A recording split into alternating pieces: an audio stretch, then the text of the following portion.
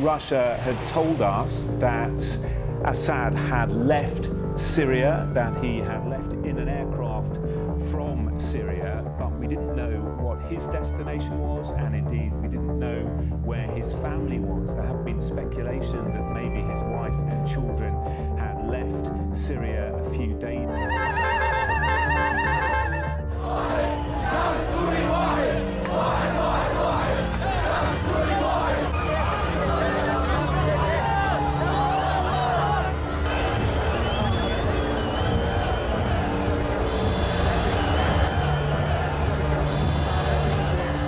Assad died of a heart attack after 29 years in office.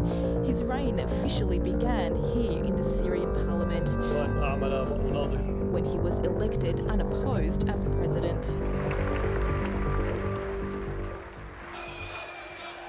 10 years later, after securing a second 7-year term,